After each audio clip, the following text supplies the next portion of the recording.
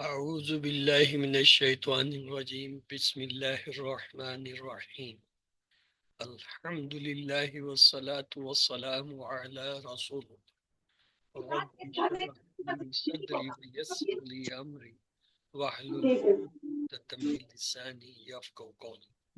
السلام علیکم ورحمۃ اللہ وبرکاتہ۔ وَلَقَدْ يَسَّرْنَا الْقُرْآنَ لِلذِّكْرِ فَهَلْ مِن مُّدَّكِرٍ خیرکم من تعلم القرآن وعلم رب زدنی علما رب زدنی رب زدنی۔ سبق نمبر 4، فہم مضامین قرآن۔ اعوذ باللہ من الشیطان الرجیم بسم اللہ الرحمن الرحیم الحمد للہ رب العالمین سلام قول من رب الرحیم فبأي آلاء ربكما تكذبان رب زدنی علما رب زدنی رب زدنی۔ اللہم صلی علی محمد وعلی آل محمد۔ جو بھی تھا اتنا لمبا سفر لے کے ہم امریکہ کو دے رہے ہیں۔ سورۃ الحود آیت نمبر 120 ہے۔ اے محمد صلی اللہ علیہ وسلم اور پیغمبروں کے وہ سب حالات جو ہم تم سے بیان کرتے ہیں ان سے ہم تمہارے دل کو قائم رکھتے ہیں، اور ان قصص میں تمہارے پاس حق پہنچ گیا، اور یہ مومنوں کے لیے نصیحت اور عبرت ہے۔ سورۃ التوبہ کی 70ویں آیت ہے۔ کیا ان کو ان لوگوں کے حالات کی خبر نہیں پہنچی جو ان سے پہلے تھے، یعنی نوح اور عاد اور سمود کی قوم، اور ابراہیم کی، اور مدین والے، اور الٹی ہوئی بستیوں والے۔ حامیم سجدہ کی 14 نمبر آیت ہے۔ جب ان کے پاس پیغمبر ان کے آگے اور پیچھے سے آئے کہ اللہ کے سوا کسی کی عبادت نہ کرو، کہنے لگے اگر ہمارا پروردگار چاہتا تو فرشتے اتار دیتا، سو جو تم دے کر بھیجے گا ہم اس کو نہیں مانتے۔ سورۃ الاعراف کی 93 نمبر آیت ہے۔ اور ہم نے کسی شہر میں کے پیغمبر نہیں بھیجا مگر وہاں کے رہنے والوں کو جو ایمان نہ لائے دکھوں اور مصیبتوں میں مبتلا کیا تاکہ وہ عاجزی اور انکساری کرے۔ 94 نمبر آیت ہے۔ پھر ہم نے تکلیف کو آسودگی سے بدل دیا، یہاں تک کہ مال اولاد میں زیادہ ہو گئے تو کہنے لگے کہ اسی طرح کا رنج اور راحت ہمارے بڑوں کو بھی پہنچتا رہا ہے، تو ہم نے ان کو ناگہاں پکڑ لیا اور وہ اپنے حال میں بے خبر تھے۔ قرآن مجید کے متن کا خاص حصہ ہے۔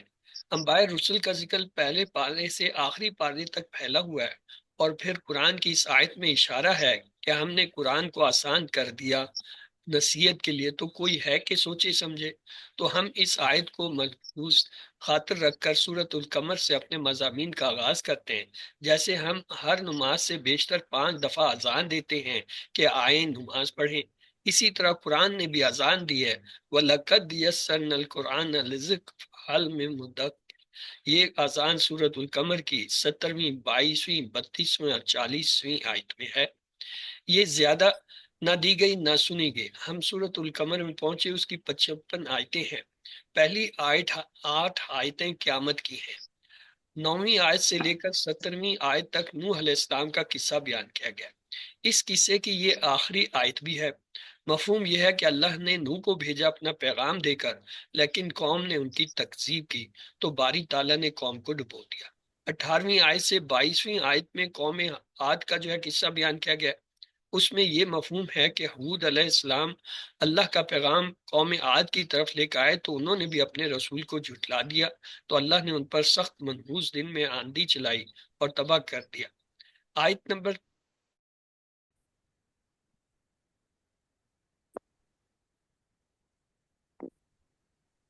ہم بات کر رہے تھے 23 آیت سے 32 تک صالح علیہ السلام کی قوم کا قصہ ہے کہ صالح کی قوم نے اپنے رسول کی تکذیب کی اور آزمائش کے لیے بھیجی گئی اونٹنی کی کونچیں جو ہے نا وہ کاٹ ڈالیں، تو اللہ نے ان پر عذاب کے لیے ایک چیخ بھیجی اور قوم کو تباہ کر دیا۔ 23ویں آیت سے لے کر 40 تک لوط علیہ السلام کی قوم کا قصہ ہے۔ لوط کو قوم نے اپنے رسول کی تکذیب کی تو اللہ نے ان پر کنکری بھری ہوا چلائی اور تباہ کر دیے گئے۔ 41ویں آیت میں قوم فرعون کا ذکر ہے، انہوں نے بھی اپنے رسول کی تکذیب کی اور وہ ڈبو دیے گئے۔ سورۃ القمر میں ذکر نہیں ہے کہ رسول نے اللہ کا کیا پیغام اپنی قوم کو دیا اور انہوں نے کیا گمراہی کی تھی کہ اللہ کا عذاب ان پر واقع ہو۔ ان قوموں کا ذکر قرآن مجید کی 40 سے زیادہ صورتوں میں ہے۔ 32 صورتوں میں صرف وعید ہے، 8 صورتوں میں ذکر ہے کہ رسول اپنی قوم کی طرف اللہ کا کیا پیغام لے کر آئے اور انہوں نے کیا گمراہی کی۔ 8 میں سے 6 صورتوں میں ایک یا دو قوموں کا ذکر ہے۔ سورت ہود اور سورت اعراف میں مکمل تفصیل ہے، سورت اعراف میں تھوڑی کم اور سورت ہود میں مکمل۔ اگر ہم یہ قصص سورت ہود کی 25ویں آیت سے لے کر آخر تک پڑھ لیتے ہیں اور سمجھ لیتے ہیں تو مغفرت امتوں کا پورا ادراک کر لیتے ہیں۔ اس ادراک کے بعد جب بھی آیت کسی صورت میں مغضوب امتوں پر آتی ہے تو ہمیں پورا شعور ہوتا ہے کہ اس آیت کا کیا مفہوم ہے۔ مغضوب امتوں کا خلاصہ بھی قرآن میں ہے، بغیر رسول اور قوم کے نام لیے قرآن مجید اس خلاصے میں اپنا پورا مفہوم دیتا ہے۔ یہ خلاصہ سورت المومنین کی آیت نمبر 29 سے 44 اور سورت ابراہیم کی آیت نمبر 9 سے 15 تک ہے۔ تو آئیے چلتے ہیں سورت ہود کی طرف۔ انباء رسل یعنی 25 سے 130 تک۔ نوح کا ذکر سورت ہود کی آیت نمبر 25 ہے۔ ہم نے نوح کو ان کی قوم کی بھیجا تو انہوں نے ان سے کہا میں تم کو کھول کھول کر ڈر سنانے اور پیغام آیا ہوں۔ 26ویں آیت ہے کہ اللہ کے سوا کسی کی عبادت نہ کرو، مجھے تمہاری نسبت عذاب علیم کا خوف ہے۔ 27ویں آیت ہے تو ان کی قوم کے سردار جو کافر تھے کہنے لگے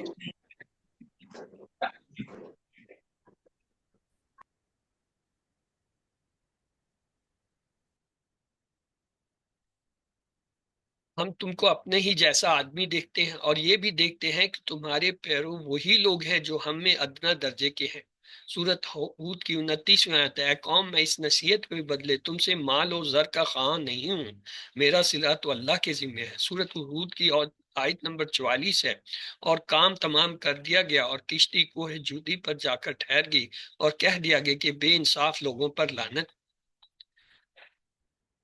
عاد کی قوم کا قصہ سورت الہود کی 50ویں آیت ہے، اور ہم نے ہود کو ان کی قوم کی طرف بھیجا، عاد کی طرف۔ انہوں نے کہا میری قوم اللہ ہی کی عبادت کرو، اس کے ساتھ تمہارا کوئی معبود نہیں۔ سورت ہود کی 51 نمبر آیت ہے، اے قوم اس واعظ و نصیحت کا تم سے کچھ صلہ نہیں مانگتا، میرا صلہ تو اس کے ذمہ ہے جس نے مجھے پیدا کیا۔ اور 53 نمبر آیت ہے، وہ بولے ہود تم ہمارے پاس کوئی دلیل ظاہر نہیں لائے، اور ہم صرف تمہارے کہنے سے نہ اپنے معبودوں کو چھوڑنے والے ہیں اور نہ تم پر ایمان لانے والے ہیں۔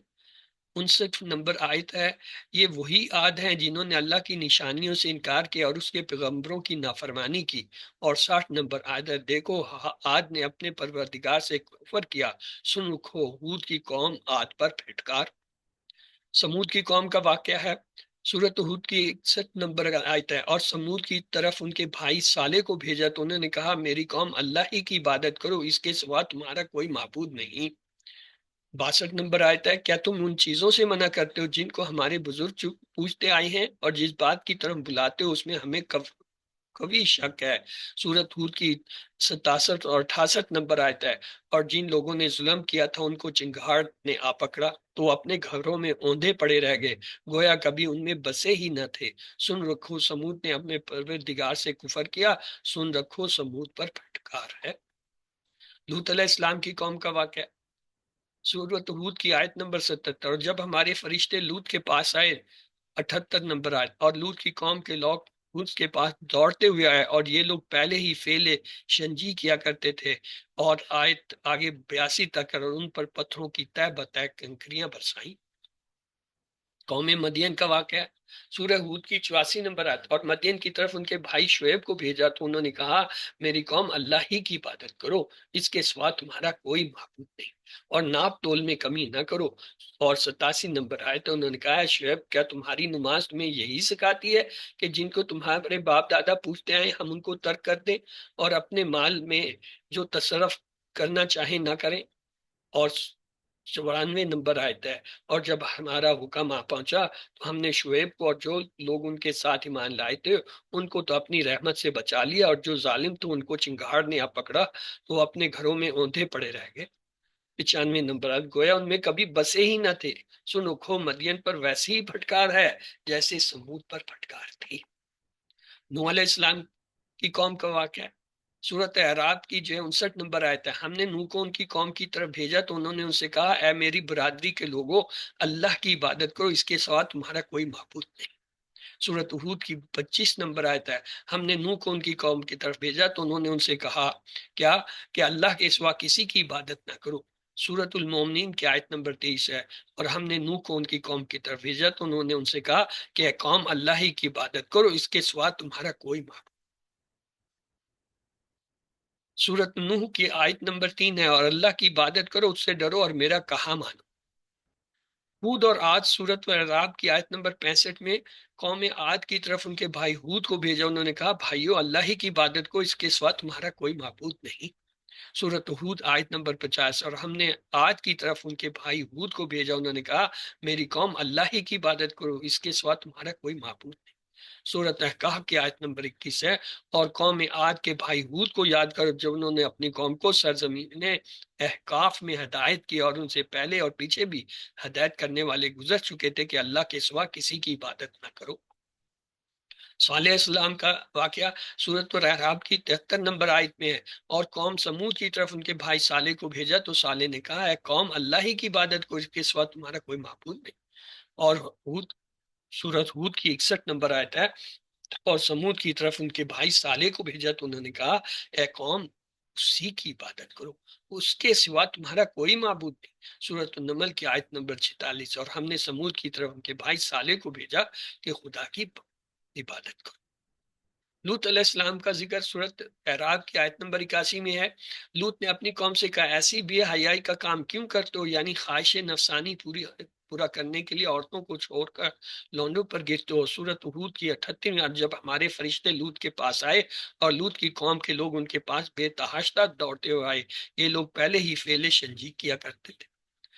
عاد اور سمود کا ذکر سورۃ حامیم سجدہ کی آیت نمبر 14، ان کے پاس پیغمبر ان کے آگے اور پیچھے سے آئے کہ اللہ کے سوا کسی کی عبادت نہ کرو۔ شعیب علیہ السلام کا جو ہے اعراب سورۃ اعراف میں جو ہے 85 نمبر ہے، اور مدین کی طرف ان کے بھائی شعیب کے بھیجا تو انہوں نے کہا قوم اللہ ہی کی عبادت کرو، اس کے سوا تمہارا کوئی معبود نہیں۔ سورۃ ہود آیت نمبر 84، اور مدین کی طرف ان کے بھائی شعیب کو بھیجا تو انہوں نے کہا اللہ ہی کی عبادت کرو، اس کے سوا تمہارا کوئی معبود نہیں، اور ناپ تول میں کمی نہ کیا کرو۔ سورۃ العنکبوت کی آیت نمبر 36، اور مدین کی طرف ان کے بھائی شعیب کو بھیجا تو انہوں نے کہا قوم اللہ ہی کی عبادت کرو۔ سورۃ النوح کا اعراف سورۃ الاعراف کی 63 آیت ہے، کیا تم کو اس بات سے تعجب ہوا ہے کہ تم میں سے ایک شخص کے ہاتھ تمہارے پروردگار کی طرف سے تمہارے پاس نصیحت آئی تاکہ وہ تم کو ڈرائے اور تاکہ تم پرہیزگار بنو، تاکہ تم پر رحم کیا جائے۔ سورۃ اعراف کی آیت نمبر 54، مگر ان لوگوں نے اس کی تکذیب کی، بے شک وہ اندھے لوگ تھے۔ سورۃ ہود کی آیت نمبر 27، تو ان کی قوم کے سردار جو کافر تھے کہنے لگے کہ ہم تو تم کو اپنے ہی جیسا آدمی دیکھتے ہیں۔ سورۃ ہود کی آیت نمبر 29، اے قوم میں اس نصیحت کے بدلے تم سے مال و زر کا خواہاں نہیں ہوں، میرا صلہ اللہ کے ذمہ ہے۔ سورۃ المومنین کی آیت نمبر 24 ہے، تو ان کی قوم جو کافر سردار تھے کہنے لگے یہ تو تم ہی جیسا آدمی ہے، تم سے بڑھائی حاصل کرنا چاہتا ہے، اگر اللہ چاہتا تو فرشتے اتار دیتا۔ ہم نے اگلے باپ دادوں میں یہ بات سنی ہی نہیں۔ سورۃ النوح کی آیت نمبر 7 ہے، جب میں نے ان کو بلایا کہ توبہ کریں تو ان کو معاف فرمائے تو انہوں نے اپنے کانوں میں انگلیاں دے ڈالی اور کپڑے اوڑھ لیے اور اڑ گئے اور اکڑ بیٹھے۔ سورۃ نوح کی آیت نمبر 21 ہے، نوح نے عرض کیا پروردگار یہ لوگ میرے کہنے پر نہیں چلے اور ایسوں کے تابع ہوئے جن کو ان مال اور اولاد نے نقصان کے سوا کچھ نہیں دیا۔ سورۃ نوح کی آیت نمبر 22 ہے، اور وہ بڑی بڑی چالیں چلے۔ سورۃ نوح آیت 23، اور کہنے لگے کہ اپنے معبودوں کو ہرگز نہ چھوڑنا، اور ود اور سوا اور یغوث اور یعوق اور نصر کو کبھی نہ ترک کرنا، یہ ان کے بتوں کے نام تھے۔ قوم عاد سورۃ اعراف کی آیت نمبر 69، کیا تم کو اس بات سے تعجب ہوا کہ تم میں سے ایک شخص کے ہاتھ تمہارے پروردگار کی طرف سے تمہارے پاس نصیحت آئی ہے تاکہ وہ تمہیں ڈرائے۔ سورۃ اعراف آیت 70، وہ کہنے لگے کیا تم ہمارے پاس اس لیے آئے ہو کہ ہم اکیلے اللہ ہی کی عبادت کریں اور جن کو ہمارے باپ دادا پوچھتے چلے آئے ہیں ان کو چھوڑتے؟ اور 72 نمبر آیت، اور جنہوں نے ہماری آیتوں کو جھٹلایا ان کی جڑیں کاٹ دی اور وہ ایمان لانے والے تھے ہی نہیں۔ اور سورۃ ہود کی آیت 51 ہے، میری قوم میں اس وقت وعظ و نصیحت ہے، میری قوم اس وعظ و نصیحت کا میں تم سے کچھ صلہ نہیں مانگتا، میرا صلہ تو اس کے ذمہ ہے جس نے مجھے پیدا کیا۔ اور 53 نمبر آئے تھے، وہ بولے ہود ہمارے پاس کوئی دلیل ظاہر نہیں لائے، صرف تمہارے کہنے پر نہ اپنے معبودوں کو چھوڑنے والے ہیں اور نہ تم پر ایمان لانے والے۔ اور 29ویں آیت ہے، یہ وہی عاد ہے جنہوں نے اللہ کی آیتوں سے انکار کیا اور اس کے پیغمبروں کی نافرمانی کی اور ہر سرکش اور متکبر کا کہا مانا۔ سورۃ ہود کی آیت 60 ہے، دیکھو عاد نے اپنے پروردگار سے کفر کیا، رکھو وہ ہمیں عاد پر پھٹکار ہے۔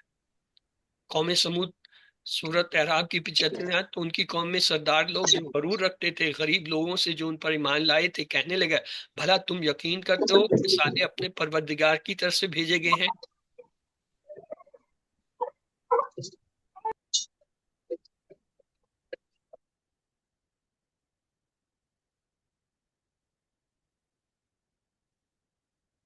سورت اعراف کی 76 نمبر آیت ہے، تو سردار آنے مغرور کہنے لگے کہ جس پر تم ایمان لائے ہو ہم اس کو نہیں مانتے۔ سورت اعراف کی آیت نمبر 77، اور آخر انہوں نے اونٹنی کی کونچوں کو کاٹ ڈالا اور اپنے پروردگار کے حکم سے سرکشی کی۔ سورت ہود کی آیت 62 ہے، کیا تم ہم کو ان چیزوں سے منع کرتے ہو جن کو ہمارے باپ دادا پوچھتے آئے، جس بات کی طرف تم ہمیں بلاتے ہو اس میں ہمیں قوی شبہ ہے۔ اور 65 نمبر آتا ہے، مگر انہوں نے اونٹنی کی کوچیں کاٹ ڈالی تو صالح نے کہا اپنے گھروں میں 3 دن اور فائدے اٹھا لو، یہ وعدہ کہ جھوٹا نہ ہوگا۔ قوم لوط کی آیت نمبر 72 ہے اعراف کی، تو ان میں سے اس کا جواب کچھ نہ بن پڑا اور یہ بولے کہ ان لوگوں کو اپنے گاؤں سے نکال دو کہ یہ لوگ پاک بننا چاہتی ہیں۔ سورت اعراف کی آیت نمبر 83 ہے، تو ہم نے ان کو ان کے گھروں والوں کو تو بچا لیا مگر ان کی بیوی کو وہ پیچھے رہنے والوں میں تھی۔ سورت اعراف کی 84، اور ہم نے ان پہ پتھروں کا می برسایا، سو دیکھ لو کہ گناہ گاروں کا کیسا انجام۔ سورت ہود کی آیت نمبر 79 ہے، وہ بولے کافر تم کو معلوم ہے تمہاری قوم کی بیٹیوں کی ہمیں کچھ حاجت نہیں، اور جو ہماری غرض ہے اسے تم خوب جانتے ہو۔ سورت ہود کی 81 نمبر آیت ہے، فرشتوں نے کہا ہے لوط ہم تمہارے پروردگار کے فرشتے ہیں، یہ لوگ ہرگز تم تک نہیں پہنچ سکیں گے، تو کچھ رات رہے سے اپنے گھر والوں کو لے کر چل دو اور تم میں سے کوئی پھر کر نہ دیکھے مگر تمہاری بیوی کی آفت ان پر پڑنے والی ہے، اس پر پڑے گی۔ ان کے عذاب یعنی وعدے کا وقت صبح ہے اور کیا صبح کچھ دور ہے۔ سورت ہود کی 82 آیت، اور جب ہمارا حکم آیا تو ہم نے اس بستی کو الٹ کر نیچے اوپر کر دیا اور ان پر پتھر کی تہ بر کنکریاں برسائیں۔ قوم شعیب سورت اعراف کی آیت نمبر 88، تو ان کی قوم میں جو لوگ سردار اور بڑے لوگ تھے وہ کہنے لگے شعیب ہم تم کو اور جو لوگ تمہارے ساتھ ایمان لائے ہیں ان کو اپنے شہر سے نکال دیں گے یا تم ہمارے مذہب میں آ جاؤ۔ اور 90 نمبر آئے تھا، اور ان کی قوم میں سے سردار جو کافر تھے کہنے لگے بھائیو اگر تم نے شعیب کی پیروی کی تو بے شک تم خسارے میں پڑ گئے۔ 91 نمبر آئے تو ان کو بونچال نے آ پکڑا اور وہ اپنے گھروں میں اوندے پڑے رہے۔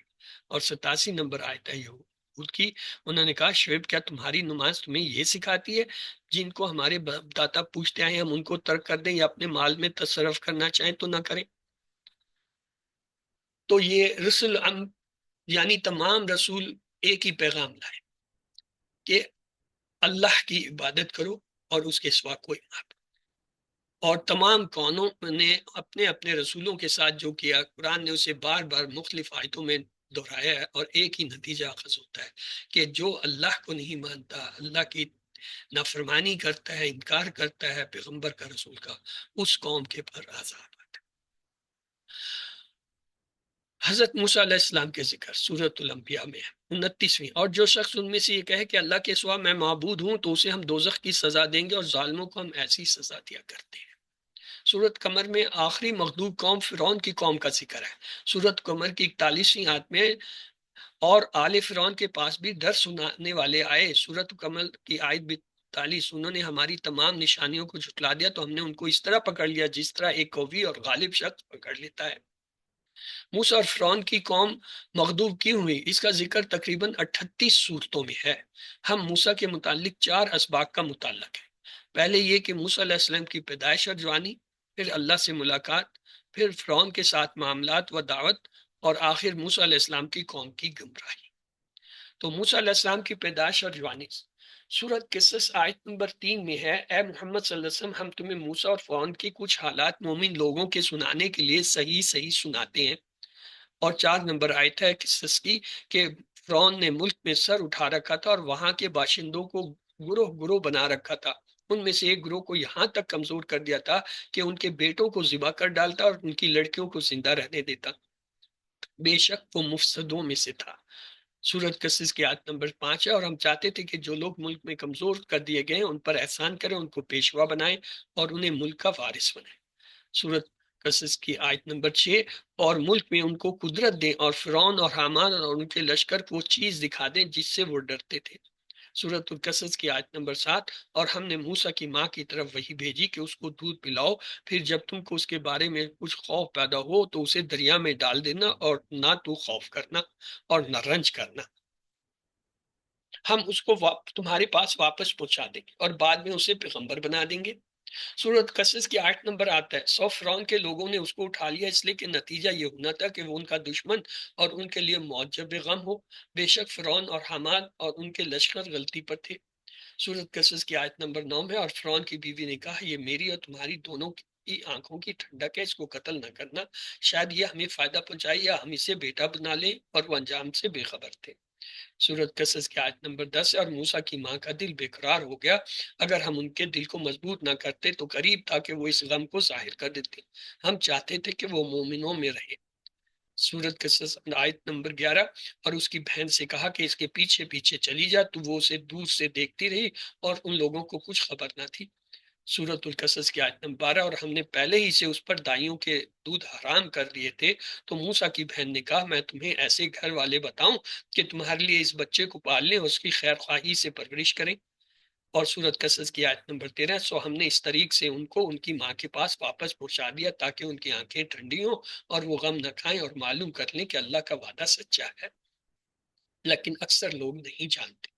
سورۃ القصص کی آیت نمبر 14 ہے، اور جب موسیٰ جوانی کو پہنچے اور بھرپور جوان ہو گئے تو ہم نے ان کو حکمت اور علم عنایت کیا، اور ہم نیکوکاروں کو ایسا ہی بدلہ دیا کرتے ہیں۔ اور قصص کی آیت نمبر 15، اور وہ ایسے وقت شہر میں داخل ہوئے کہ وہاں کے باشندے بے خبر ہو رہے تھے، تو دیکھا کہ وہاں دو شخص لڑ رہے تھے، ایک تو موسیٰ علیہ السلام کی قوم کا اور دوسرا ان کے دشمنوں میں سے۔ تو جو شخص ان کی قوم میں سے تھا اس نے دوسرے کے مقابلے میں مدد طلب کی، تو موسیٰ علیہ السلام نے اس کو مکہ مارا، اس کا کام تمام کر دیا۔ کہنے لگے یہ کام تو شیطان سے ہوا ہے، بے شک وہ انسان کا کھلا دشمن ہے، بہکانے والا ہے۔ قصص کی آیت نمبر 16، بولے کہ پروردگار میں نے اپنے آپ پر ظلم کیا، سو تو مجھے بخش دے، تو اللہ نے ان کو بخش دیا، بے شک وہ بخشنے والا ہے، مہربان ہے۔ اور 17 نمبر آیت ہے، کہنے لگے پروردگار تو نے جو مجھ پر مہربانی فرمائی ہے، میں آئندہ کبھی گناہ گاروں کا مددگار نہ بنوں گا۔ اور قصص کی آیت نمبر 18، الغا صبح کے وقت شہر میں ڈرتے ڈرتے داخل ہوئے تو دیکھیں کیا ہوتا ہے، تو ناگہاں وہی شخص جس نے کل ان سے مدد مانگی تھی پھر ان کو پکار رہا ہے۔ موسیٰ نے اس سے کہا کہ تو بڑا بہکا ہوا ہے۔ سورۃ القصص کی آیت 19، پھر جب موسیٰ نے ارادہ کیا کہ اس شخص کو جو دونوں کا دشمن تھا پکڑ لے، تو وہ بول اٹھا کہ جس طرح تم نے کل ایک شخص کو مار ڈالا تھا اسی طرح چاہتے ہو کہ تم مجھے بھی مار ڈالو، تم تو یہی چاہتے ہو کہ ملک میں ظلم و ستم کرتے پھرو اور یہ نہیں چاہتے کہ صلح کرانے والوں میں سے ہو جاؤ۔ سورۃ القصص کی آیت 20، اور ایک شخص شہر کی پرلی طرف سے دوڑتا ہوا آیا اور بولا کہ اے موسیٰ، اہل دربار تمہارے بارے میں مشورہ کرتے ہیں کہ تم کو مار ڈالیں، سو تم یہاں سے نکل جاؤ، میں تمہارا خیر خواہ ہوں۔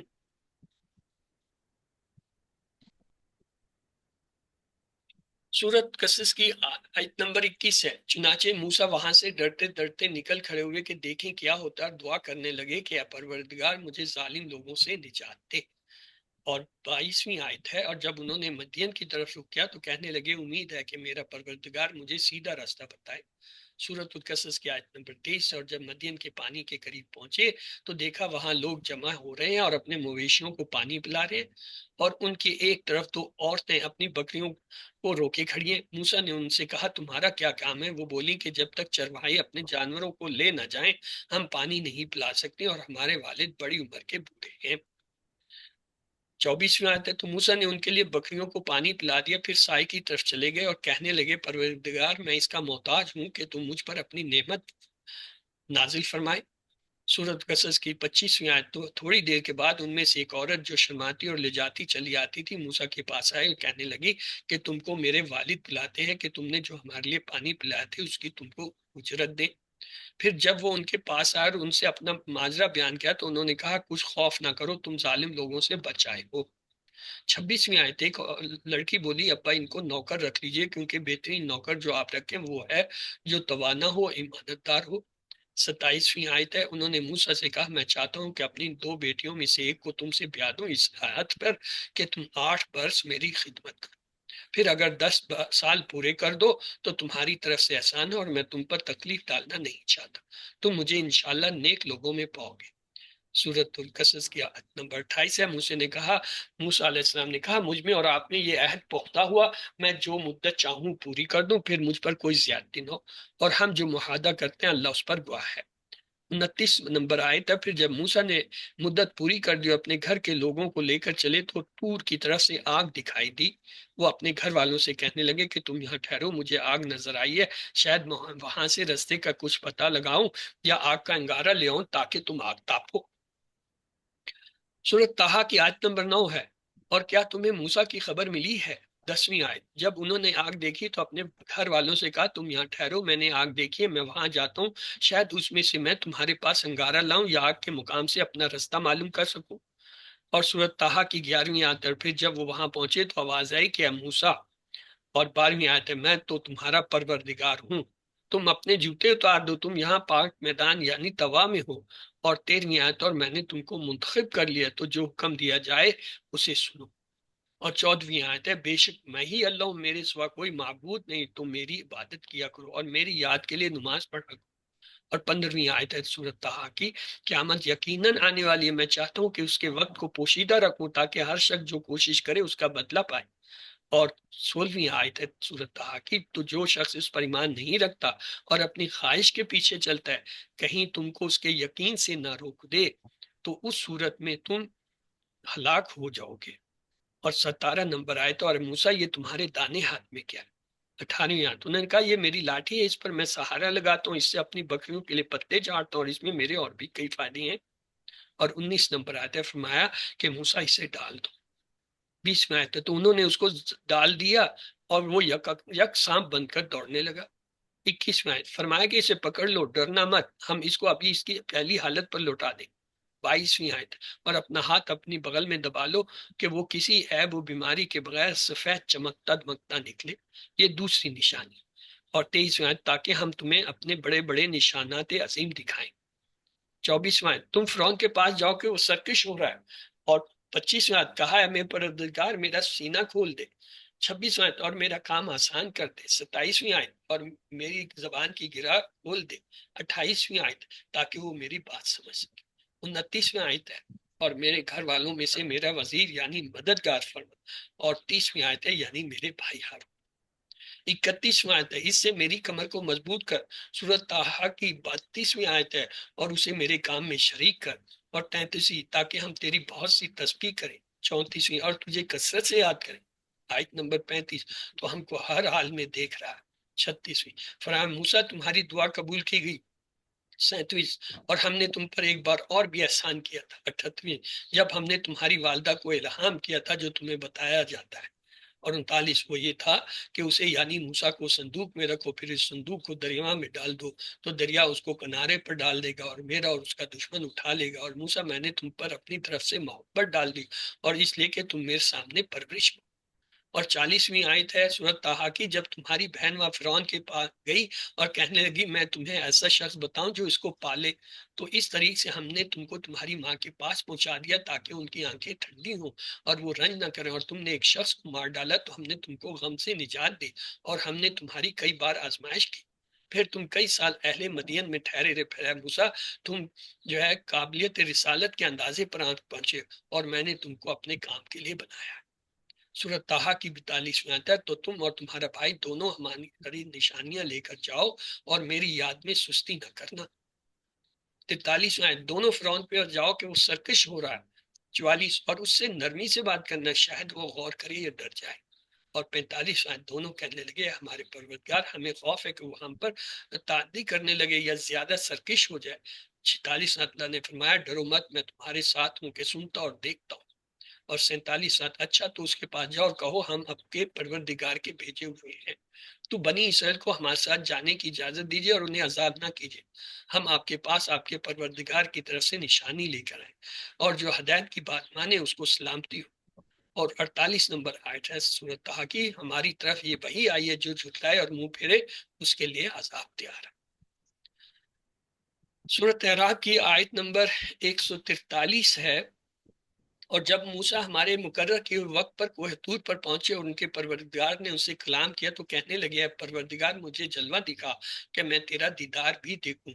پروردگار نے کہا تم مجھے ہرگز نہ دیکھ سکو گے، ہاں پہاڑ کی طرف دیکھتے رہو، اگر یہ اپنی جگہ قائم رہا تو تم مجھ کو دیکھ سکو۔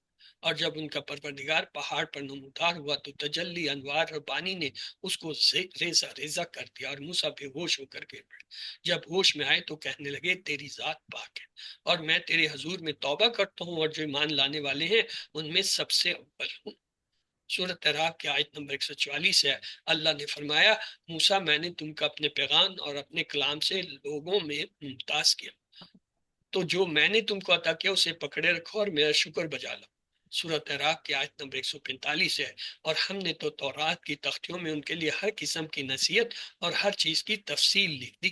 پھر ارشاد فرمایا اسے مضبوطی سے پکڑے رہو اور اپنی قوم سے بھی کہہ دو کہ ان باتوں کو جو اس میں درج ہیں اور بہت بہترین ہے پکڑے رہے ہیں، میں عنقریب تم کو نافرمان لوگوں کا گھر دکھا دوں گا۔ سورۃ اعراف کی آیت نمبر 146 ہے۔ جو لوگ زمین میں ناحق غرور کرتے ہیں ان کو اپنی آیتوں سے پھیر دوں گا، اگر یہ سب نشانیاں دیکھ بھی لے تب بھی وہ ان پر ایمان نہ لائیں، اور اگر راستی کا رستہ دیکھے تو اسے اپنا رستہ نہ بنائے، اگر گمراہی کی راہ دیکھے تو اسے رستہ بنا لے، یہ اس لیے کہ انہوں نے ہماری آیات کو جھٹلایا اور ان سے غفلت کرتے رہے۔ سورۃ اعراف کی آیت نمبر 147 ہے۔ اور جن لوگوں نے ہماری آیتوں کو اور آخرت کے آنے کو جھٹلایا ان کے اعمال ضائع ہو جائیں گے، یہ جیسے عمل کرتے ہیں ویسا ہی ان کو بدلہ ملے گا۔ سورۃ نمل کی آیت نمبر 7 ہے۔ اور جب موسیٰ نے اپنے گھر والوں سے کہا کہ میں نے آگ دیکھی ہے، میں وہاں سے رستے کا پتہ لاتا ہوں یا سلگتا انگارہ تمہارے پاس لاتا ہوں تاکہ تم تاپو۔ اور 8 نمبر آیت ہے نمل کی، جب موسیٰ ان کے پاس آئے تو ندا آئی کہ وہ جو آگ میں تجلی دکھاتا ہے بابرکت ہے، اور وہ جو آگ کے ارد گرد ہے وہ جو تمام رب جہانوں کا رب ہے، پاک ہے۔ اور 9 نمبر آیت ہے نمل کی، ہے موسیٰ میں ہی اللہ عزیز الحکیم ہوں۔ سورۃ القصص کی 29 آیت ہے۔ پھر جب موسیٰ نے مدت پوری کر دی اور اپنے گھر کے لوگوں کو لے کر چلے تو طور کی طرف سے آگ دکھائی دی، وہ اپنے گھر والوں سے کہنے لگے تم یہاں ٹھہرو، مجھے آگ نظر آئی ہے، شاید وہاں سے راستے کا کچھ پتہ لگاؤں یا آگ کا انگارہ لے ہو کہ تم تاپو۔ اور سورۃ قصص کی آیت نمبر 30 ہے۔ جب اس کے پاس پہنچے تو میدان کے داہنے کنارے سے ایک مبارک جگہ میں ایک درخت میں سے آواز آئی کہ اے موسیٰ یہ میں ہوں اللہ رب العالمین۔ اعوذ باللہ من الشیطان الرجیم، بسم اللہ الرحمن الرحیم، الحمد للہ رب العالمین، سلام قوم رب الرحیم، اہدنا الصراط المستقیم، فبأي آلاء ربكما تكذبان، رب زدنی علما رب زدنی علما رب زدنی علما، اللہم صلی علی محمد۔ سبق نمبر 4، آسان عربی گرامر۔ ہم نے دیکھا تھا بامعنی لفظ کو کلیمہ کہتے ہیں اور اس کی 3 حالتیں، اسم فعل حرف۔ ہم نے اسم کے بارے میں پڑھنا شروع کیا، ہم نے دیکھا اسم کی 4 حالتیں ضروری ہیں کہ وہ کس حال میں ہے، رفع نصب جر میں سے، جنس کے حساب سے آیا مذکر یا مؤنث ہے، عدد کے حساب سے واحد مثنی جمع، اور وسعت میں آیا نکرہ یا معرفہ۔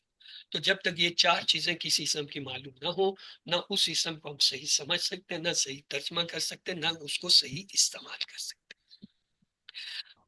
عربی میں حروف مستند 28 ہیں اور کچھ اسے 29 کہتے ہیں، چاہے 29 کریں یا 28۔ 28 کریں تو اس میں یہ 14 جو ہیں یہ حروف شمسی کہلاتے ہیں، اور یہ اگلے 14 جو نیلے رنگ میں لکھے ہوئے ہیں یہ حروف قمری ہیں۔ ان کو یاد کرنا ایک لحاظ سے آسان ہے، ایک جملہ اگر یاد کریں، حق کا خوف ایک عجب غم ہے، اس میں یہ 14 حرف آتے ہیں، یہ جو حرف اس میں آیا ہے وہ کیا قمری ہے، جیسے ہا ہے، کاف ہے، الف ہے، قا ہے، وا ہے، فا ہے، پھر اسی طرح الف ہے، یا ہے، کا، اسی طرح عین، جیم، با، غین، میم، ہا، یہ سارے جو ہے نا اس میں سمو دیے گئے ہیں، اس میں آگے ہیں، یہ 14۔ ان کے علاوہ جتنے ہیں یہ تا، سا، دال، زال، را، سین، شین، صاد، ضاد، تا، زا، لام، نون، یہ جو ہے شمسی ہے۔ فرق کیا ہے؟ جب شمسی حرف آتا ہے اس کے ساتھ جب الف لام لگاتے ہیں تو اس لام کی آواز نہیں نکلتی، الف جو ہے ڈائریکٹ جا کے اس شمسی حرف سے مل جاتے ہیں. مثلا الشمس، شمسن ایک لفظ ہے، الف لام لگائیں گے تو یہ کیا ہوگا؟ الشمس، لام نہیں پڑھا جائے گا، یہ اس لیے اس کو شمسی کہتے ہیں. قمری کیا ہوتے ہیں؟ مثلا ایک لفظ ہے قمرن، جب الف لام لگائیں گے تو اس میں لام پڑھا جائے گا، یہ ہوگا القمر یا القمر. تو شمسی اور جو ہے وہ قمری کا فرق یہ ہے کہ قمری میں لام، الف لام لگانے سے لام کی آواز آتی ہے، شمسی میں نہیں آتی. آئیے اب یہ لفظ ہے عادل، الف لام لگایا تو یہ کیا بن گیا؟ العادل. تو اس کا مطلب ہے یہ عین کیا ہے؟ قمری ہے. کیوں؟ لام پڑھا جائے. اب یہ ہے درسن، الف لام لگایا تو یہ کیا بن گیا؟ الدرس. اس کا مطلب اس میں لام نہیں پڑھا جا رہا، یہ شمسی ہے. حسن تھا، الف لام لگایا کیا ہوا؟ الحسن یا الحسن. اب یہاں پہ پڑھ جاتا ہے، یہ قمری ہے. اچھا، قمری اور شمسی الفاظ میں ایک فرق یہ بھی ہے، شمسی لفظ ہوتا ہے اس پہ شد آ رہی ہوتی ہے. اسی طرح اب یہ لفظ ہے ظالمن، الف لام لگایا تو یہ کون سا ہوگا؟ اب آپ لوگ بتائیے، شمسی ہے یا قمری ہے؟ شمسی ہے، کیونکہ شد نظر آ رہی ہے اور لام نہیں پڑھا جائے. الظالمون ہے. اسی طرح خالقن ایک لفظ ہے، الف لام لگایا تو بتائیے یہ کیا لفظ ہے؟ شمسی ہے یا قمری ہے؟ قمری ہے، قمری ہے. شد نظر نہیں آ رہی. نہارن، الف لام لگایا، ہاں جی یہ شمسی ہے یا قمری ہے؟ شمسی ہے. شمسی ہے. کیوں؟ شد نظر آ رہی ہے اور ان نہارو پڑھا جائے، النہارو نہیں پڑھا جائے. اسی طرح ولدن ایک لفظ ہے، الف لام لگایا، ہاں جی یہ شمسی ہے یا قمری ہے؟ قمری ہے. اس میں شد نظر نہیں آ رہی، شمسی میں شد نظر آئے گی. اسی طرح تمرن ایک لفظ ہے، تو اب یہ بتائیے یہ تمرن جو ہے قمری ہے یا شمس؟ تو یہ ہے شمسی ہے. کیوں؟ اس پہ شد نظر آ. اسی طرح فاسقن ایک ہے، اس سے الف لام لگایا، تو اب آپ بتائیے شمسی ہے یا قمری ہے؟ قمری ہے. تو اس کا مطلب یہ ہوا، آپ کو یہ رٹنے یاد کرنے کی ضرورت نہیں کون سا لفظ شمسی قمری ہے. قرآن میں جب بھی شمسی لفظ آئے گا اس پہ شد ہوگی الف لام والے پہ، اور اگر الف لام والا لفظ اور شد نہ تو سمجھ لیں یہ قمری ہے. جیسے یہ چند الفاظ تھے. اسم کی بنیادی علامتیں کیا ہوتی ہیں؟ ایک تو تنوین ہوتی ہے، یعنی اسم کے آخر میں جو ہے آتی ہے دو پیش، دو زبر، دو زیر وغیرہ، جیسے بابن، سراتن، کتابن. اچھا، تنوین والا لفظ جو ہوتا ہے اس کا جب ترجمہ کرتے ہیں تو اس کے ساتھ ترجمے میں ایک، کوئی، کچھ، چند میں سے کوئی لفظ لگتا ہے. جیسے جب کہیں بابن تو ہم کہیں گے ایک دروازہ، سراتن ایک راستہ، کتابن ایک کتاب. اور دوسرا کیا پہچان ہوتی ہے؟ الف لام ہوتا ہے اسم پہ. جب کسی اسم پہ الف لام ہوتا ہے تو اس پہ تنوین نہیں آتی، یہ کلیہ. یا تو تنوین آئے گی یا الف لام. اور جب الف لام آتا ہے تو اس کے ترجمے میں ایک، کوئی، کچھ، چند کا اضافہ نہیں کیا جاتا، ڈائریکٹ ترجمہ کرتے. مثال کے طور پر البابو، اب ہم نہیں کہیں گے ایک دروازہ، ہم کہیں گے دروازہ. السراتو، ہم یہ نہیں کہیں گے ایک راستہ، ہم کہیں گے راستہ. الکتابو، کتاب. تو یہ ایک اہم فرق ہے تنوین اور الف لام والے لفظ میں. تنوین والے کے ترجمے میں، تنوین والا لفظ ہوتا ہے اصل میں نکرہ ہوتا ہے، اور جو الف لام والا ہوتا ہے وہ معرفہ ہوتا ہے. آج ہم نے یہ بھی پڑھنا ہے، وسعت پڑھنی ہے نکرہ معرفہ، تو اسے وہاں پہ ڈسکس کریں گے. فی الحال آپ یہ فرق دیجئے، ترجمہ کرتے ہوئے تنوین والے لفظ کے ترجمے میں ایک، کوئی، کچھ، چند، یعنی جو فٹ ہو رہا ہو وہ لگائیں، اور جو الف لام والا ہوگا اس کا ڈائریکٹر. یعنی کسی عام لفظ سے پہلے الف لام لگا کر اسے خاص بنانے کو کہتے ہیں معرف. معرف باللام، یعنی معرفہ کر لیا لام سے. مثلا بیتن یہ عام لفظ ہے، جو ہی الف لام لگائیں گے تو یہ کیا ہو جائے گا؟ البیتو خاص. دو تبدیلی ہوئی، ایک تو یہ کہ یہ تنوین جو تھی یہ غائب ہوگی، ایک پیش ہو گیا، اور دوسرا یہ کیا ہے؟ معرف باللام، یعنی الف لام سے جو ہے خاص ہو گیا. البیتو ترجمہ کیا ہوگا؟ بیتن ایک گھر، البیتو گھر. معرف باللام سے ما قبل اگر کوئی حرف آ جائے تو اسے الف لام سے ملا کر پڑھنا چاہیے. اس وقت الف لام کا حمزہ، جسے حمزۃ الوصل کہتے ہیں، تلفظ میں گر جاتا ہے، لیکن لکھنے میں الف کی صورت میں باقی رہتا ہے. مثال دیکھیے، مثلا یہ لفظ ہے الولدو،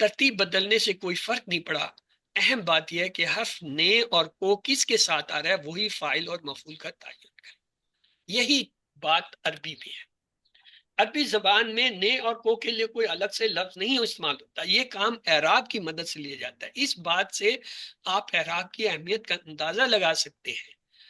مثلا نصرہ حامد زید، اب یہاں پہ حامدن جو ہے یہ بتا رہا ہے یہ رفع کی حالت میں ہے، مرفوع ہے، تو یہ فاعل ہے۔ زائدہ یہ کیا منصوب ہے، منصوبی حالت میں ہے، یہ کیا مفعولی حالت میں مفعول ہے۔ اگر ہم اس کی ترتیب بدل دیں، نصرہ زیدن حامدہ، ترتیب بدلنے کے باوجود فاعل حامد ہی رہے گا کیونکہ وہ مرفوع ہے، اور زید جو ہے وہ منصوب کیونکہ ہے تو اس لیے مفعول رہے گا۔ جیسے اردو میں ترتیب بدلنے سے نے اور کو نہیں بدلے تھے، اسی طرح یہاں پہ تنوین جو رفع اور نصب جر ہے وہ نہیں بدلتے۔ دونوں صورتوں میں حامد فاعل ہے اور اس کو تنوین پیش سے ظاہر کیا گیا، اسی طرح زید مفعول ہے اور اس کو تنوین جو ہے زبر سے ظاہر کیا گیا۔ چنانچہ معلوم یہ ہوا اگر اسم واحد ہے تو فاعل پیش سے ظاہر ہوگا اور مفعول سے زبر سے، یعنی فاعل کی صورت میں اسم مرفوع اور مفعول کی صورت میں منصوب ہوگا۔ تو آئیے اب ہم وسعت کا مطالعہ کرتے ہیں۔ اسم کی دو اور حالتیں ہوتے ہیں، خاص چیزوں کے لیے اسے ہم کہتے ہیں معرفہ خاص، اور عام چیزوں کے لیے اسے کہتے ہیں نکرہ۔ تو اس میں معرفہ جو ہے اس کی 7 قسمیں ہوتی ہیں۔ اس میں علم کسی شخص، جگہ یا چیز کا خاص نام، جیسے زید مکہ، زید مکہ القلم۔ دوسرا اس میں ضمیر، یعنی اسم کی جگہ جب ضمیر لائی جاتی ہے، پرونون لایا جاتا ہے، تو اسے بھی جو ہے کیا کہتے ہیں خاص، جیسے ہوا، انتا، انا، نحنو، یہ سب ضمیر کیا ہے، یہ بھی خاص ہے، معرفہ ہے۔ اس میں اشارہ چاہے دور کا ہو چاہے نزدیک کا ہو، چاہے مذکر ہو یا مؤنث ہو، جیسے ہاذا، ذالک، اولئک، تلک، ہذہ، یہ سب کے سب جو ہیں معرفہ ہیں۔ اسی طرح اس میں موصولہ اس میں معرف باللام، یعنی وہ اسم جس کے ساتھ الف لام لگ جائے وہ بھی معرفہ ہو جاتا ہے، جیسے البابو، القلم، الصالح۔ اور اس میں موصولہ وہ اسم جس کے بعد ایک جملہ صلہ کے طور پہ آتا ہے، جیسے الذی، اللتی، اللذین۔ اور ایک جو ہے اس میں معرفہ وہ ہوتا ہے مدافع، منادہ مضاف، یعنی جس کو پکارا جائے یا لگ جائے وہ بھی جو ہے معرفہ ہو جاتا ہے۔ اب آئیں نکرہ، عام چیزوں کے لیے نکرہ کا اسم استعمال ہوتا ہے۔ اس میں نکرہ کیا ہے، اس میں ذات یعنی کسی چیز کا نام، جیسے انسان، فرس یعنی گھوڑا، حجر، پتھر۔ اس میں صفت، جیسے حسن، طیب، سہل، یہ کیا ہے، یہ صفت ہے، تو یہ بھی جو ہے اسم ہوتے ہیں اور نکرہ ہوتی ہیں۔ اس میں مصدر بھی نکرہ ہوتا ہے، جیسے نصر، فتح، جلوس وغیرہ۔ اس میں نکرہ کی نشانی یہ ہوتی ہے تنوین، یعنی اس پہ 2 زبر، 2 زیر یا 2 پیش آتے ہیں۔ اس میں نکرہ سے اسم معرفہ بنانے کا ایک قاعدہ یہ ہے کہ اس میں نکرہ کے ساتھ الف لام لگا دیتے ہیں تو وہ اس میں معرفہ ہو جاتا ہے، اسے کہتے ہیں معرف باللام۔ جیسے بیتون کے ساتھ لگا البیت۔ اب اس میں 2 تبدیلی ہوتی ہے جب الف لام لگتا ہے، ایک تو تنوین ختم ہو جاتی ہے، 2 پیش ہو تو 1 پیش، 2 زبر ہو تو 1 زبر، 2 زیر ہو تو 1 زیر رہ جاتا ہے۔ دوسرا ہے عام سے معرفہ ہو جاتا ہے، جیسے کتابن، الکتاب، درسن، الدرس، کلمن، الکلم، صادقن، الصادق، لیلن، اللیل، طالبن، الطالب۔ تو یہ جو ہے معرفہ بنانے کا ایک قاعدہ ہے۔ تو لہذا تنوین والا لفظ جمع معرف باللام زیر دیکل میں لایا جائے گا، مثلا زیدن، اور آگے ہے ہمارے پاس ایک معرف باللام لفظ ہے، تو جب ملائیں گے تو کیسے پڑھیں گے، زیدن العالم۔ یہاں پہ یہ نون جو ہے اس کے نیچے زیر دیں گے، اصل میں زیدن، زیدن کو ہم ایسے بھی لکھ سکتے ہیں زیدن، یعنی تنوین کو ہم نے کھول لیا، جب تنوین کو کھول لیں گے تو اس میں کیا ہے، ایک پیش ہے اور دوسرا نون ساکن ہے، یہ مل کے تنوین بنی ہے. تنوین یہی ہوتا ہے نا، دن دن دن، دن دن دن جو ہے اس میں کیا ہے، نون ہوتا ہے ساکن آخر. اس نون ساکن کو ہم کیا کریں گے، ظاہر کر کے اس کے نیچے زیر دے کے ملا دیں گے. ہم کہیں گے زیدن نل آلی، یعنی اگر ایک تنوین والا لفظ ہے اس کو اگر ہم نے معرف باللام سے ملانا ہے، ہم تنوین کو کھول لیں گے اور اس نون کو زیر دے کے آگے ملا دیں گے، زیدن نل آلی ہوں. ابن اور اسم کا حمزہ حمزہ الوصل ہے. اب زیدن کو ابن کے ساتھ ملائیں گے تو کیا ہوگا، زیدو نبنو، نبنو، یہ الف پڑھا نہیں جائے گا، لکھا جائے گا، لیکن نون کو با سے ملائیں گے، زیدو نبنو. اسی طرح اسم کے ساتھ حاضہ کو ملائیں، حاضسمو، کیا بنے گا؟ الف نہیں پڑھا جائے گا. جی آپ نے کچھ کہا مطلب کیا بنے گا؟ مطلب کیا بنے گا؟ نب کا لفظ ہے؟ اس کا میننگ کیا بنے گا؟ مطلب اس کا اس کا میننگ نب کا اور وہ نیل عالم عالم. زید زید ہے، العالم عالم، زید عالم ہے، زید العالم و زید عالم ہے، زید بن زید کا بیٹا، حاضہ اسمن یہ اسم ہے. ہم ترجمہ نہیں، ہم فی الحال گرامر کا قاعدہ سیکھ رہے ہیں کہ دو لفظ اگر ایک معرفہ اور ایک نکرہ ہے تو ان کو ملانے کا طریقہ کیا ہے. گرامر ترجمہ کی جب مرحلہ آئے گا ٹرانسلیشن کا، وہاں ہم ترجمے کریں گے. یہ تو عام لفظ ہے، زید کے معنی زید، عالم کے عالم، ابن کے معنی بیٹا، اسم کے، اس میں ترجمے کی کوئی ضرورت ہی نہیں تھی. قاعدہ سیکھنا ہے، وہ قاعدے پہ آپ توجہ کیجئے کہ کس طریقے سے ان کو ملاتے ہوئے جو ہے وہ کیا کیا جا رہا ہے. اسی طرح ابن کے ساتھ الف لام ہے تو کیا ہوگا، الابن، یہ الابن نہیں ہے، الابن، یہ الف نہیں پڑھا جائے گا. یہ جو الف لام کا الف ہوتا ہے یہ ساکن ہوتا ہے، جب ملاتے ہیں ساکن ہو جاتا ہے، لکھنے میں آتا ہے، پڑھنے میں نہیں آتا. تو اس لیے اس سے پہلے والا جو بھی حرف ہوگا اس کو اگلے حرف سے مثلا یہاں پہ دال ہے تو آگے جو ہے، سوری یہاں پہ نون ہے تو آگے با ہے تو نون کو با سے ملا دیں گے. یہاں پہ جو ہے زا ہے اور آگے سین ہے تو زا کو سین سے ملا دیں گے. اسی طرح یہاں لام ہے، آگے با ہے تو لام کو با سے ملا دیں گے. اسی طرح اسم میں جو ہے دیکھیں لام اور سین ہے تو ہم اس کو پڑھیں گے. یہاں اس وقت ہم پڑھنا سیکھ رہے ہیں کہ یہ لفظ پڑھیں گے کیسے. اس کے بعد ہے اس میں نکرہ کی گردان. مثلا ہمارے پاس ہے مسلمن، منصوب مسلمن، اور جو ہے مجرور مسلمین. اور تسنیہ میں ہم کہتے ہیں مسلمان، مسلمین، مسلمینی. اور جو ہے جمع میں مسلمون، مسلمینہ، مسلمینہ. مؤنث کے لیے ہم نے دیکھا تھا مسلمات، مسلمات، مسلماتین.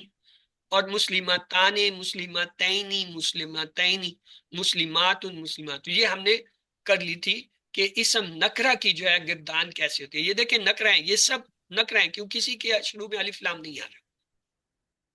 اب معرفہ کی کیسے ہوتی ہے گردان، وہ آج ہم نے سیکھنی. مثلا المسلم، المسلمہ، المسلمی، یہ تو واحد ہو گیا. اور تسنیہ کیسا ہوگا آپ لوگ کوشش کیجئے. جی المسلمانی، المسلمین، المسلمین. المسلمانی، المسلمین، جمع کیا ہوگا، المسلمون المسلمون، المسلمین، المسلمین المسلمین. المسلمین مؤنث کے لیے واحد کیا ہوگا، المسلمات المسلمۃ، المسلمتی، المسلمات. المسلمات، المسلماتا، المسلماتی، پیش زبر زیر رہیں گے. تسنیہ کیسے بنے گا مؤنث کا، مسلمتانی، المسلمتانی، المسلمتین. المسلمتین، اور جمع کیسے بنے گا، المسلمتین. المسلمات، المسلماتی، المسلماتی، المسلمات، الف کے ساتھ. المسلماتی، المسلم. اس کا مطلب ہے معرفہ میں بھی وہی قاعدہ ہے جو کہ مؤنث میں تھا. فرق صرف ہے وہاں پہ تنوین آ رہی تھی، یہاں پہ اب تنوین نہیں آئے گی. دو پیش کی جگہ ایک پیش، دو زبر کی جگہ ایک زبر، دو زیر کی جگہ ایک زیر آئے. باقی وہی ہے جو نکرہ میں تھا. تو جمع مؤنث یا جو ہے واحد کے صیغے وہی رہیں گے جو نکرہ میں تھے، وہی معرفہ میں. پھر معرفہ میں الف لام لگ گیا. الف لام لگنے سے تنوین ختم ہوگی. جہاں جہاں دو پیش دو زبر دو زیر آ رہے تھے وہاں ایک پیش ایک زبر ایک زیر آ گیا.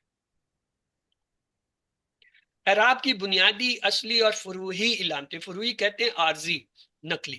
کسی اسم کے آخری حرف کی حرکتیں پیش زبر زیر کو اعراب کہتے ہیں اور یہ بنیادی علامتیں کہلاتی ہیں، اور اس کا اطلاق صرف واحد جمع مکسر اور غیر منصرف اسما پر ہوتا ہے. اعراب سے کسی اسم کی حالت کا تعین ہوتا ہے، یعنی یہ پتہ چلتا ہے کہ وہ مرفوع، منصوب یا مجرور حالت میں سے کون سی حالت میں ہے. مثلا کتابن یہ مرفوع حالت میں ہے، اور اس کی رفع کی حالت کیا ہو گیا؟ تنوین جو ہے وہ دو پیش کی بجائے دو زبر ہو جائے گی، کتابن، اور ایک الف لگ جائے گا. اور اس کی جو ہے جر کی حالت کیا ہوگی؟ دو زیر آ جائیں گے، کتابن، تو اس کو ہم کہیں گے تنوین کسرہ ہوگی. تو یہ دمہ فتح کسرہ، پیش کو دمہ، فتح کو یہ جو ہے زبر کو فتح اور زیر کو کسرہ کہتے ہیں. اسی طرح بالترتیب الکتاب، الکتابہ، الکتابی کا اعراب کا تعین ہوگا کہ جس پہ پیش ہے وہ مرفوع ہے، اور جس پہ زبر ہے وہ منصوب ہے، جس پہ زیر ہے وہ مکسور ہے. جمع مکسر دیکھیں، اقلام، الاقلام، تو کیا ہوگا؟ الاقلامہ، الاقلامی. الاقلام رفع کی حالت کیونکہ پیش آ رہا ہے، الاقلامہ نصب کی حالت کیونکہ اس پہ زبر آ رہا ہے، الاقلامی جر کی حالت کیونکہ اس کے نیچے زیر آ رہا ہے. غیر منصرف کی مثال دیکھیں، مساجد، مساجدہ، مساجدہ. رفع تو ٹھیک ہے اس پہ پیش آ رہا ہے، نصب بھی ٹھیک ہے کہ اس پہ زبر آ رہا ہے، لیکن جر جو ہے اس پہ زیر نہیں آ رہا.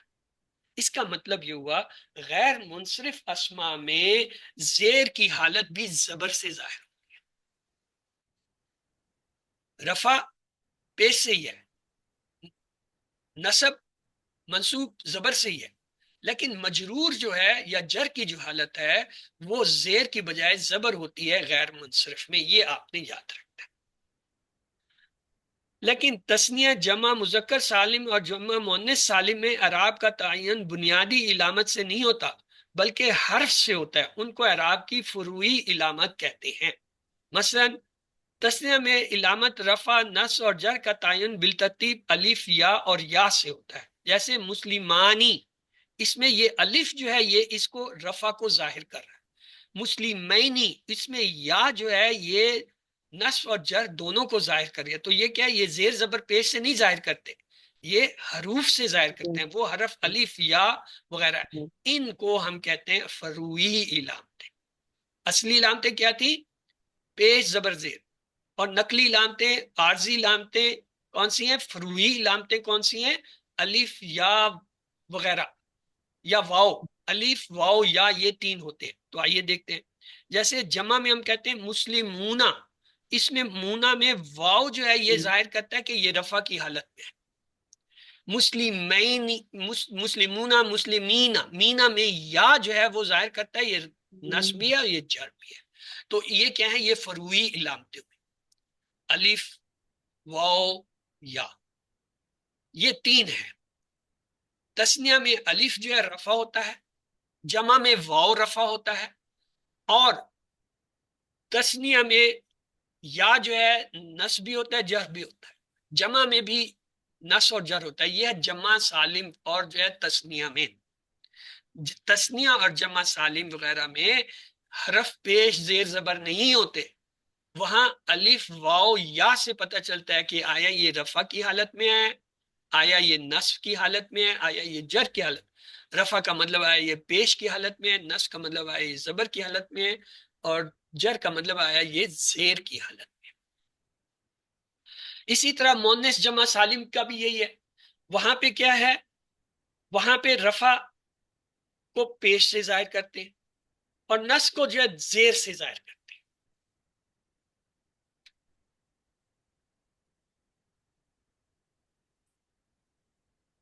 اور جر کو بھی زیر سے ظاہر کرتے ہیں. یہاں پہ الٹ ہے. غیر منصرف میں یہ تھا پیش والے کو پیش سے، زبر والے کو زبر سے اور زیر والے کو زبر سے ظاہر کرتے تھے. ابراہیم و ابراہیم ابراہیم. لیکن یہاں کیا ہے؟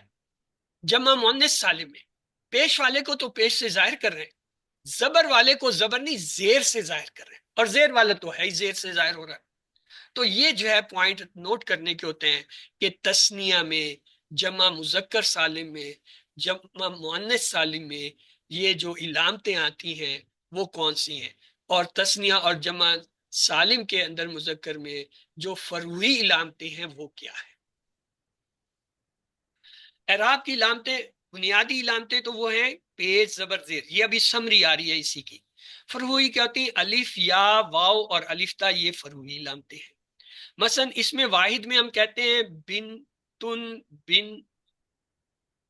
بیتن بیتن، دو پیش آئے رفع کی حالت، دو زبر ہے نصب کی حالت، جر آ گئے. اس کی جمع مکسر دیکھیں، بیوتن بیوتن بیوت، وہی پیش زبر زیر. غیر منصرف کی دیکھیں، ابراہیم ابراہیم ابراہیم، رفع میں تو پیش ہے، نصب میں بھی زبر ہے، لیکن جر میں جو ہے زبر آ رہا ہے زیر کی جگہ. اب یہاں دیکھیں فروعی میں، تثنیہ میں، بیت سے بیتانی بیتینی بیتینی، یہاں کیا ہے؟ الف جو ہے وہ ظاہر کر رہا ہے کہ یہ رفع ہے، یہاں پہ یا ظاہر کر رہا ہے کہ یہ نصب ہے اور یہ جر ہے، یعنی یہ زبر کی حالت میں اور زیر دونوں یا سے ظاہر ہو رہے ہیں، کوئی فرق نہیں ہے دونوں میں. اسی طرح جمع دیکھیں، صالحون صالحین صالحون میں واو بتا رہا ہے کہ یہ رفع کی حالت اور یا بتا رہا ہے کہ یہ یا تو نصب ہے یا جر ہے. اسی طرح ایک اور دیکھیں مؤنث کی، صالحات صالحات صالحات صالحات، پیش میں تو رفع کی حالت ہے، نصب میں جو ہے زیر آ گیا اور جر میں بھی زیر آ گیا. تو یہ فرق اگر آپ کو سمجھ آ گیا، آپ نے سمجھ لیا، پہچان لیا، تو قرآن میں آیتوں میں جب ہمیں ان کی ضرورت پڑے گی تو آپ فوراً پہچان لیں گے، اچھا یہ رفع کی حالت میں آ رہا ہے، یہ نصب کی حالت میں آ رہا ہے، یہ جر کیا، یہ واحد آ رہا ہے، یہ تثنیہ آ رہا ہے، یہ جمع آ رہا ہے، یہ جمع سالم آ رہا ہے، یہ جمع سالم جو ہے مؤنث آ رہا ہے، مذکر آ رہا ہے، اور ان میں علامت کیا ہے. مثلا اسم کی اعرابی حالتیں ہم نے کہا، مسلم مسلمن مسلم، اسے ہم کہتے ہیں بالحرکہ. اعراب بالحرکہ، حرکہ کیا؟ پیش زبر زیر. مسلمانی مسلمینی مسلمین، اب ہم یہ نہیں کہیں گے حرکہ زیر زبر پیش نہیں، ہم کہیں گے کیا ہے؟ بالحرف. اب ان کی حرکت کیا ہے؟ زیر زبر پیش حرف سے ہے، پیش والے کو الف سے، زبر زیر والے کو یا سے ظاہر، تو اس کی حرکت کہیں گے بالحرف. جمع کا دیکھیں، مسلمون مسلمین مسلمین.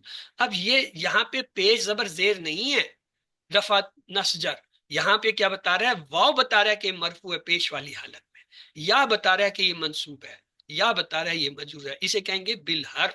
حرکت یہاں پہ کیا ہے؟ بالحرف ہے، اعراب میں. مؤنث کا دیکھیں، مسلمات مسلمات مسلم، اب یہاں چونکہ پیش زبر زیر آ رہے ہیں ہم کہیں گے بالحرکہ، یعنی حرکت. حرکت کیا ہوتی ہے؟ زیر زبر پیش جو ہوتی ہے. اور یہ مسلماتانی مسلماتین، ہم یہاں کہیں گے اب کیا ہے؟ اعراب حروف سے ہے، الف یا تا، اسے کہیں گے بالحرف، یعنی اعراب بالحرف ہے. اسی طرح اس کا جمع دیکھیں، مسلمات مسلمات مسلمات، آپ کہیں گے یہاں پیش زیر زبر آ رہا ہے، ایسے ہی ہے نا؟ نہیں، یہاں پیش زبر زیر لیں تو یہ دیکھیں یہ جو منصوب ہے یہ تو مجرور کی حالت میں لکھا ہوا، اس لیے اس جمع مؤنث کے اندر بھی اس کو کہتے ہیں بالحرف. حرف کیا؟ الف تا ہے،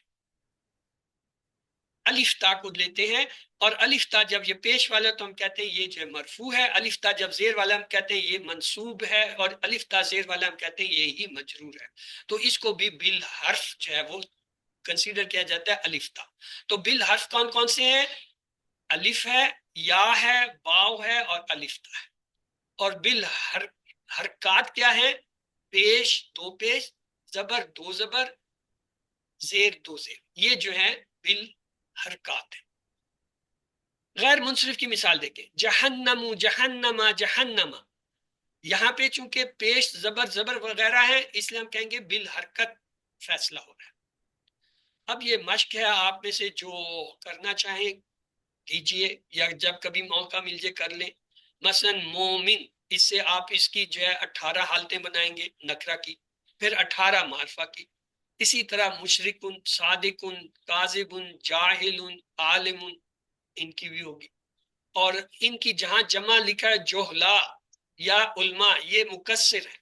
جب یہ جمع مکسر ہوں گی تو یہ سالم والی مسلمون مسلمین مسلمین والا نہیں بنے گا، یہ جوہلا علماء علماء بنے گا۔ تو یہ ہم نے تو کی تھی اپنے ٹائم، اور الحمدللہ اس کا ابھی تک مجھے فائدہ ہے کہ میں کسی کو بتا سکتا ہوں، بنا کے دکھا سکتا ہوں، کسی لفظ کو پہچان سکتا ہوں۔ آپ لوگ کر لیں گے تو آپ کو بھی فائدہ ہوگا۔ پھر یہ آپ کو ذخیرہ الفاظ دیا گیا ماشاءاللہ بہت سارا ہے، اسے بھی دیکھ لیجئے گا۔ تو آئیے جو ہے دعا کرتے ہیں، اللہ ہمیں قرآن پڑھنے، سمجھنے، غور کرنے، عمل کرنے، پھیلانے، یاد کرنے کی توفیق دے۔ سبحانک اللہم و بحمدک، نشہد ان لا الہ الا انت، نستغفرک و نتوب الیک۔ اللہم اغفر لنا قبل الموت وارحمنا عند الموت ولا تعذبنا بعد الموت ولا تحاسبنا يوم القيامة إنك على كل شيء قدير۔ اللہ